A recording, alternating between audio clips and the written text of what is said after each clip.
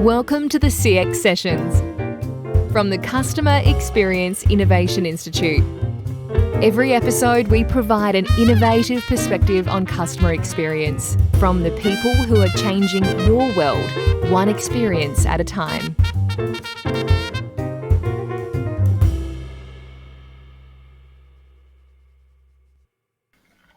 Hi and welcome back to CX Sessions from Melbourne, Australia. I'm your host, Simon Chris, and joining us from Ipswich in the UK is the wonderful Nicola Millard.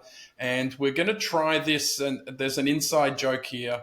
We had technical issues in the last couple of days, and this is the 5th time that we're trying to record this podcast. So hopefully it goes right. Nicola, welcome to CX Sessions again. Thank you, Simon. 5th time lucky. I believe that's the phrase. That's what I'm hoping for. Nicola, let's start off by introducing you. You're a PhD. You're a futurologist. You've been in the CX industry. I won't say how long. I'd love to hear a little bit about your story, how you came to be in the industry, and kind of a little bit about yourself. Yeah, I did used to be a futurologist, which always prompts the question, do you have a crystal ball? To which I always say, yes, I do. Someone very kindly gave me one, but I saw no future in it. Yes. But yeah, no, crystal balls don't work.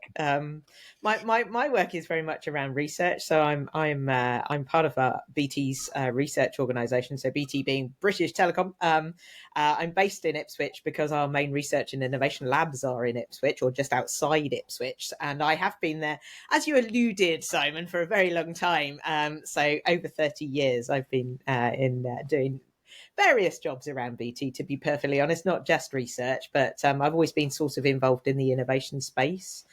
And I guess actually my first job in BT, well, there were two jobs that were they came sort of back to back that were pretty influential in why I kind of got into the CX industry. My first job was actually developing AI for contact centers. So this was in the first wave of AI back in the 90s. Obviously, I was only 6 at the time, but this was really around, we were into expert systems and neural networks. And the first question I had to tackle was, we had great agents who were really good at talking to people, but they weren't engineers. They didn't do, deep network diagnostics. And that's kind of what we wanted them to do. But the engineers had all of that in their heads. And my job was to try and extract it from their heads into the expert system so that expert system could sit alongside those fabulous agents so that they could actually do a lot more technical stuff than they would be able to do alone. So that experiment was a really interesting one that we ran. And then off the back of that one, we also ran one of the first homeworking trials in Europe. Again, back in the 90s, again with contact centre advisors. So this was up in Scotland, up in Inverness in Scotland. And it was an experiment. So we called it originally the Inverness experiment because, that's the obvious thing to call it. Nice. And we worked our contact center agents from home for a year. And I was a very, very small part of the psychological monitoring team on that because largely it was a technical trial. But we were just making sure they didn't go slightly insane whilst they were working from home. They didn't, by the way. But I think that there's a lot of things that have echoed across the years from both of those things, really around AI and also hybrid and home working that are very relevant today. So yes, I've been in the industry for a long time. It's funny that the things that you were working on in the 90s are the things that are now the two of the biggest conversations in the CX industry is what's the impact of AI and what are we going to do with agents who want to work from home? So I love that it's kind of come full circle. Now, the CX industry also kind of drove you into your PhD, right? Yeah, my PhD, I always say my PhD was in contact centers. Of course it's not, because that's not a discipline. But my background's psychology. So my first degree was applied psychology and computing. And actually that was another reason why the CX industry is so exciting, because it's a people industry that's mediated by a lot of technology. So it's an ideal space for someone with my background to look at. And that kind of took me into the work that I did for my PhD, which was... we were having a lot of conversations about how do you motivate agents. And obviously, the industry generally in the contact center space tends to have quite high churn. So I did quite a lot of work around the psychology of motivation. And because I work for a tech company, what we tried to do was to fuse that psychology into the technology. So we developed something called motivational user interfaces, which was using the real theory of psychology, not gamification necessarily, although there's elements of it there, Yep. but the real psychology of why people like their jobs, and then embedded that in the technology. I keep saying one of the aspects of it was we effectively built a social network, and this was before Facebook. So I kind of invented Facebook before Facebook, apart from the fact I didn't look at it and go, wow, I could make billions off this. But the reason that a lot of agents looked at the technology in the first place was, I mean, the gossip network, frankly. So I call it communities of coping now. But that they could talk within teams about anything. It didn't really matter whether it was, what was for lunch today or who got married. That kind of thing actually enticed them to start to look at the technology, and you could then embed things that they needed to know about their job into that technology. So my PhD was on that, and we actually ran, I think it was based on 3 case studies, one internal, but we also looked at a couple of external companies to trial that with as well. So yeah, that was fun. And look, you and I have known each other for a long time, and I've always admired the way your brain works. One of the things in particular that has most affected me in my role, that is a direct result of work that you did, was around this Net Easy score as a better measure than Net Promoter Score. And to everybody who's watching this and is a Net Promoter Score fan, I'm going to apologize up front. I am not a fan of NPS. And I think for things like government departments and public transport services, what's the point of NPS? There's no competitor. So, and you were one of the team, actually, as I understand it, the lead kind of influence around Net Easy Score. Talk to us a bit about that. So yeah, I mean, I'm not the biggest fan of Net Promoter either. At least it is a score that's kind of customer oriented that the senior leaders can understand. I suppose that's a good thing. But I don't think when you're talking about doing stuff, innovating, developing better customer experiences, I'm not sure it gives you too much of a clue as to what's in customers' minds. So we do very regular research. In fact, we've just published it recently in the past 3 weeks, called the Autonomous Customer, which is it's a global piece of research just asking customers what they think about CX and how they want to interact with organizations and what channels they use. And it had been a very consistent theme in that research that the one thing that tends to come out very strongly from customers is they want stuff to be easy. And it had come out consistently high, and it still does, to be honest. So customers don't want to work hard. So we then started to look at, large organizations, and BT is a very good example of a large organization, often don't make things easy. So in order to make things easier, the easiest thing to do in terms of business motivation is to put a measure in. So we then decided, what could we use as a measure? To be honest, the first one we did try was the customer effort score. And I know they've done a lot of work on that one. And I think it's a great score, actually. But I think the original question was something like, how much effort do you need to put forth in order to get what you need today? They've changed the question. But I think we got the response going back from customers going, we don't think the question's very easy. So we thought, well, maybe we need to ask a different question. And that's when we started to say, well, maybe we should look at easy as a specific thing. So we asked one simple question. We stole the Net Promoter Score ethos and philosophy, and just asked how easy was it to do business today. And you could mark us difficult, easy, or don't know. And obviously, as usual with the net scores, you get +1 for easy, -1 for difficult. You get it. But what we found was, measuring that, we started to get some really tangible clues as to what customers were really finding difficult and where they were struggling. And from a CX perspective, if you're trying to improve it, and that's a pain point, measuring it gives you a lot of clues. So I think the first project, certainly internally, that we used the score for was to improve our IVR, which obviously is never a popular thing with customers. We'd always get I hate the press 1, press 2 thing. And we'd got to, I think, about press 57 at one point, because IVRs tend to mutate rather than get designed. So every time a new thing comes in, you put a new option in. And no wonder people were getting lost in it. So, we simplified that. So we put a lot more natural language in.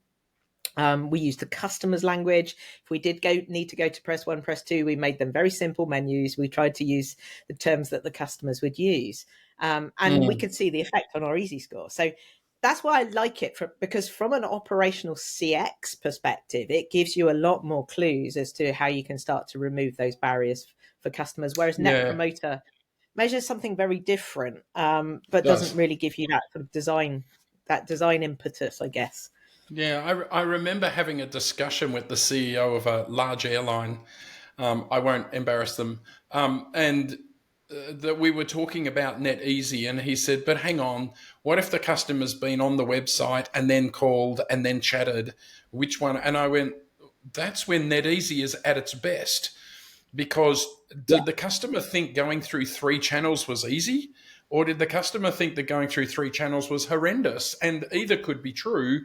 Don't you want to know that? So, yeah, okay. That's that. And that, look, we could do half an hour just on that easy. I'm really sure. Yeah, I and to love, be honest, go on. just as that, it drives the Net Promoter as well. It's not rocket science to what you said. If people are finding things hard, whatever channel they're using, they're not going to recommend either. So so it does drive That's the very true. Net Promoter score. Yeah. Look, what else are you seeing around the industry? What trends are you seeing? What things are hot? I mean, we all know AI is hot and generative AI is hot and all that sort of stuff.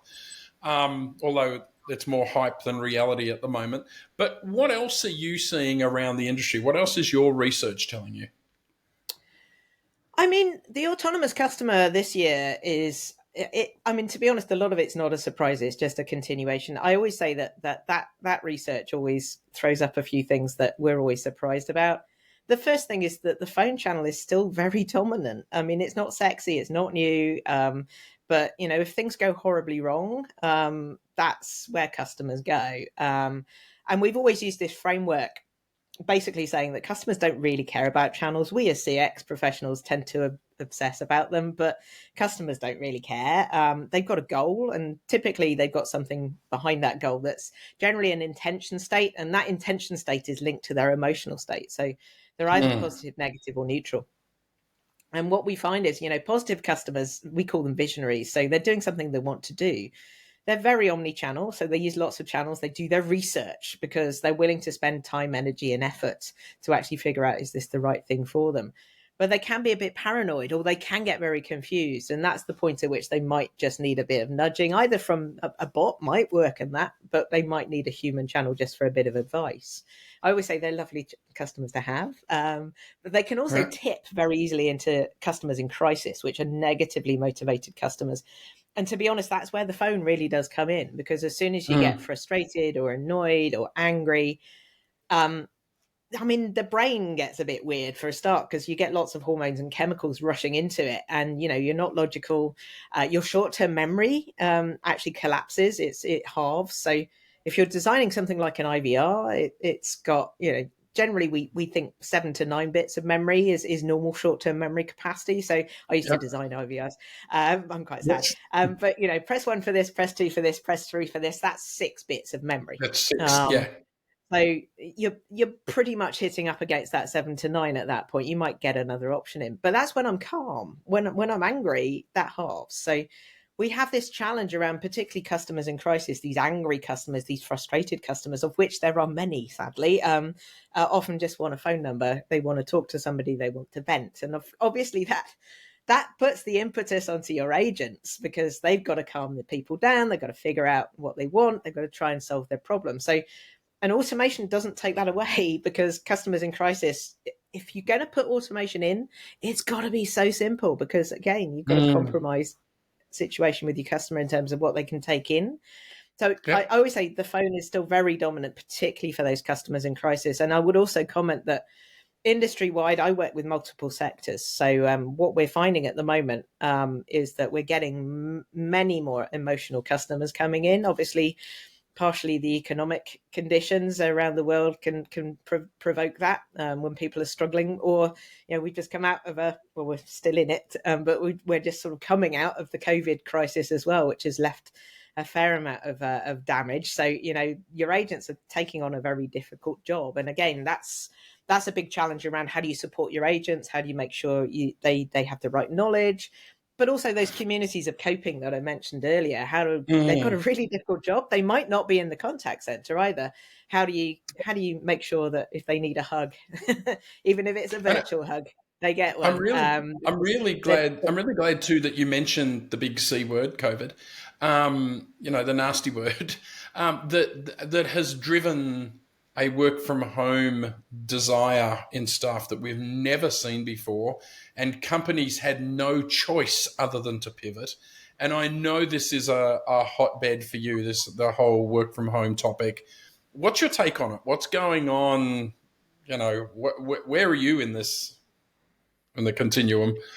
We're doing a lot of work broadly on hybrid working, but we also did a piece. I can't claim responsibility for it because it was two of our fabulous researchers who did the research, but they actually did a year-long study across COVID, just looking at how things changed, what agents' attitudes were, particularly looking at team leaders and managers as well. And it was quite interesting to see at the very beginning of when everyone had to lift and shift very rapidly. It was the team leaders and managers that really struggled, because if you're a good team leader in a contact center, you're very good at observing your team. Those tears, giving people a hug.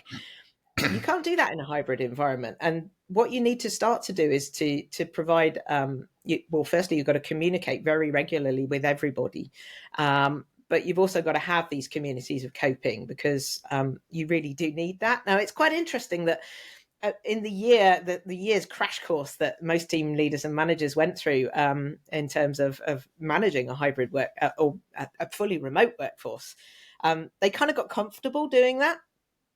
And by that second bit of research a year later, they were kind of, I'm comfortable. I know how to manage a remote team.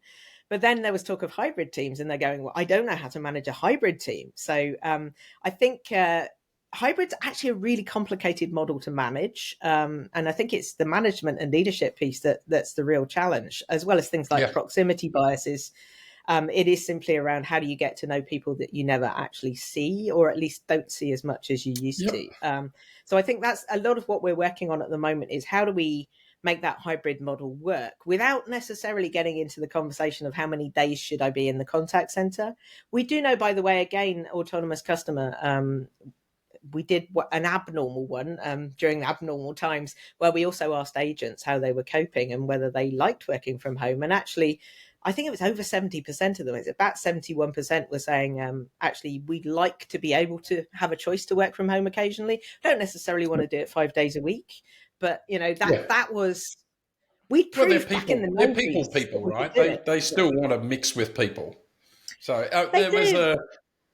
there was a really interesting news article that hit in the week that we're recording this, of one of the big consulting firms saying that if it's 100% work from home, then it could lead to offshoring, because if they're never coming into the office anyway, why do they need to be onshore? Which is, of course, caused a stir and all that sort of stuff. But I think I'm a little with you, is that like contact center people are people. And so they don't mind that once a fortnight, something where they can, physically talk around the water cooler and give each other a hug type thing.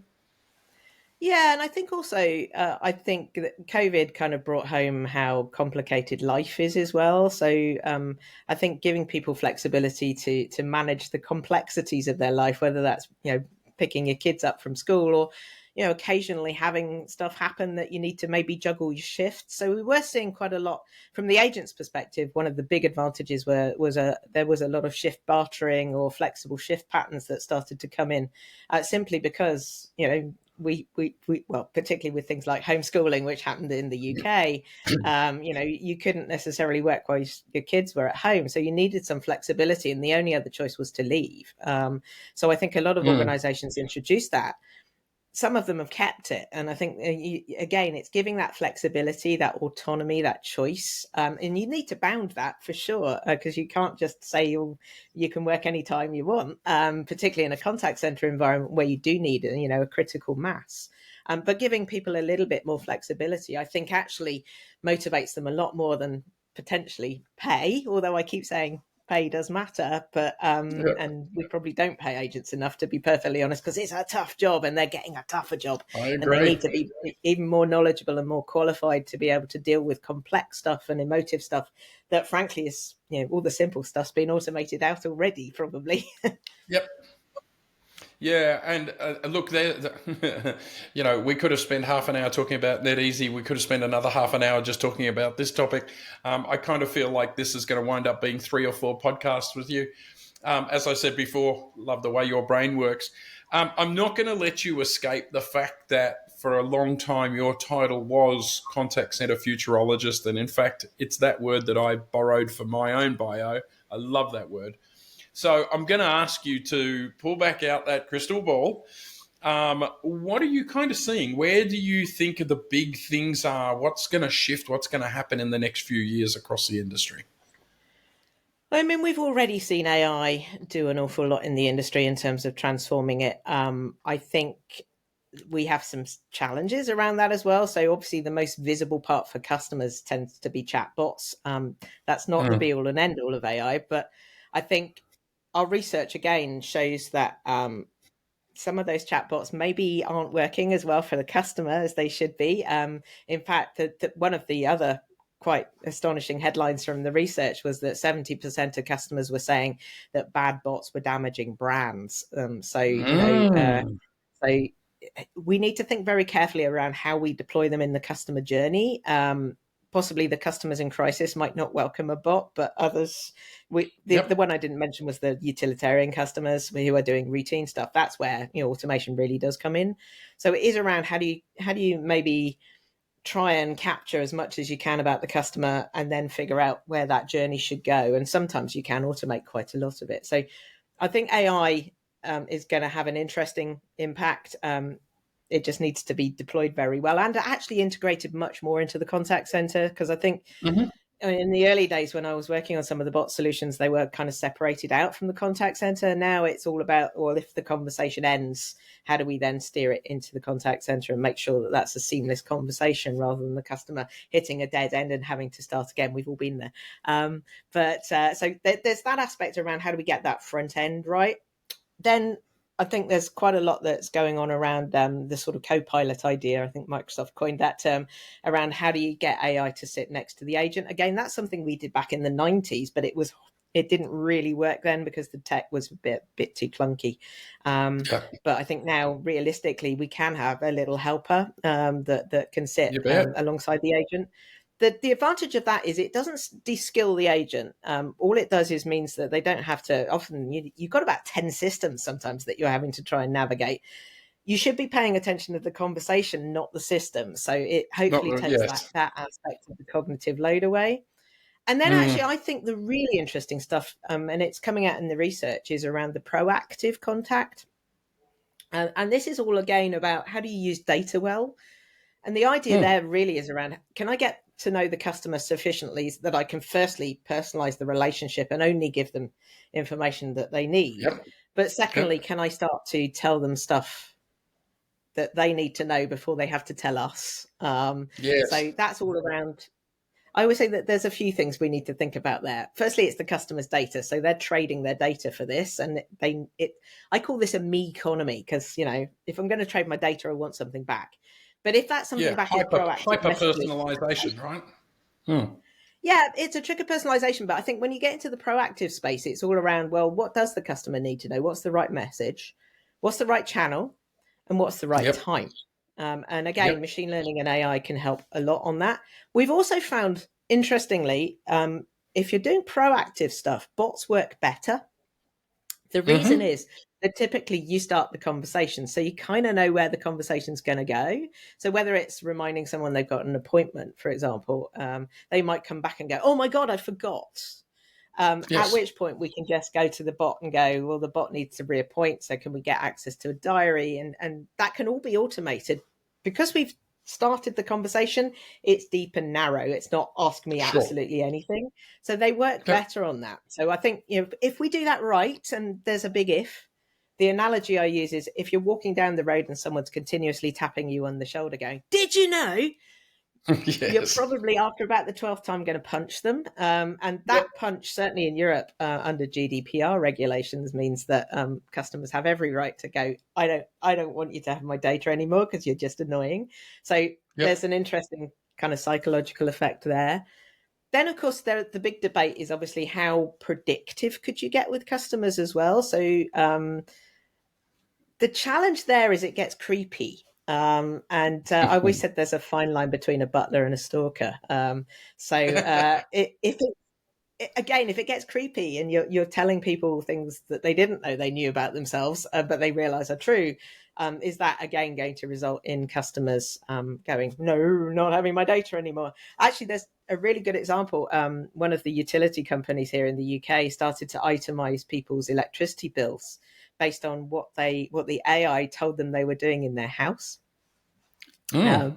Some people found that a bit creepy, and some Yeah. people got their smart meters kind of withdrawn as a result. So I think there is that fine line, particularly as we go into an era where potentially there's a lot more AI, there's a lot more Internet of Things, a lot more smart buildings, smart everything, giving us a lot Yep. more data. We need to try and sort of create a positive customer experience rather than a negative on that. Yeah, I can see there's going to be some absolutely eloquent, beautiful implementations of AI. But I think for every one of them, you're going to get 10 that are just ugly and fall over and do the complete opposite. We saw it with IVRs, right? The first few IVRs that Yeah. went in, why does the world hate them? Because they were shite. And it's going to happen again. All right, let's change gears. I have three questions that I love to ask everybody who's on the podcast, and I can't wait to hear your answers. The first one is for you personally, Nicola, when you're outside of BT, when you're just doing your do, what makes a great customer experience for you? Well, it's an obvious answer, an easy one. I think it's one that just, well, firstly, one that works. But makes my life easy rather than hard. So easier said than done, obviously, with some of it. But yeah, I think an easy is the driver. I think that we're lazy human beings. Basically, we don't want our lives to get complicated. So I think easy is my obvious answer. Okay, fantastic. The second question is, what do you wish companies did more of in this space? What are you Same just seeing answer. that's making you want to bang your head on the wall? Yeah, I mean, it's the same, isn't it? I think some companies certainly do overcomplicate things, and so, to be honest, some things are complicated. So it's not possible to make absolutely everything easy. There's even there's some weird stuff around easy. Around if it's too easy, people might feel insecure, for example. Mm.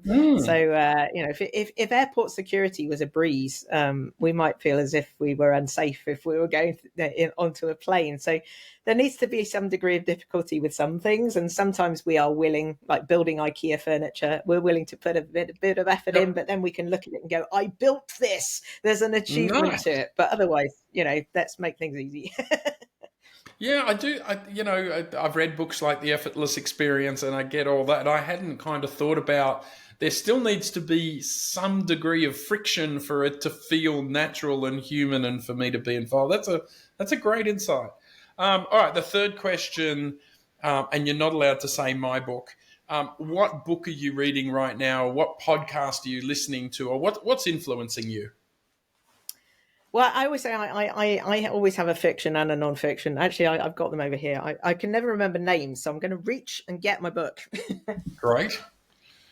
People always love Here to we see go. the So covers. I've got both my fiction and my non-fiction. So my fiction one at the moment is called The Left-Handed Booksellers of London, and it's by a guy called Okay. Garth Nix, which is a lovely piece of fantasy. And I love science fiction and fantasy, which is why I always look to the future and say that good science fiction gives you a very good clue as to what the future is.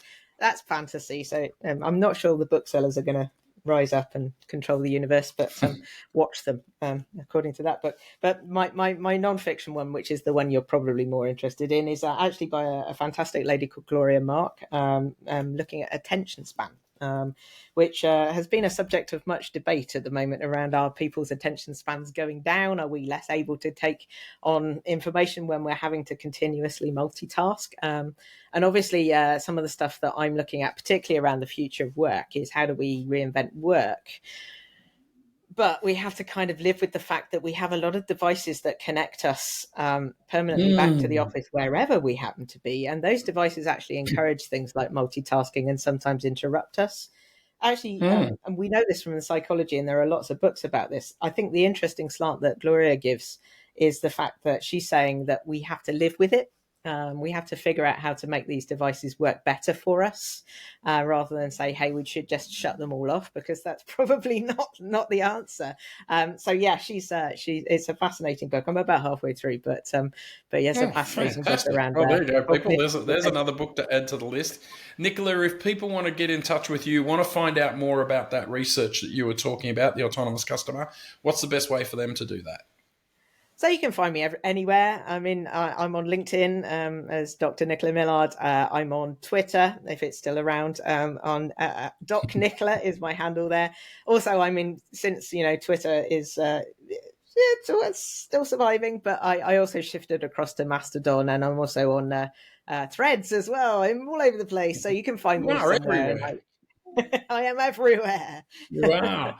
Well, listen, thank you for your time. And once again, thank you for going through all the technical difficulties with me. I feel like there was about 17 questions I didn't get the chance to answer. So if it's all right with you, at some point, we're going to do part 2 and come back and discuss more. But Nicola, it's been great having you on CX Sessions. Pleasure being here, Simon. Thank you. All right, we'll chat soon. Absolutely. That's it for this session. Let us know what you think or recommend someone for a future session at cxii.com.au. This podcast is brought to you by the Customer Experience Innovation Institute. Thanks for joining us, and tune in again soon to hear more CX sessions.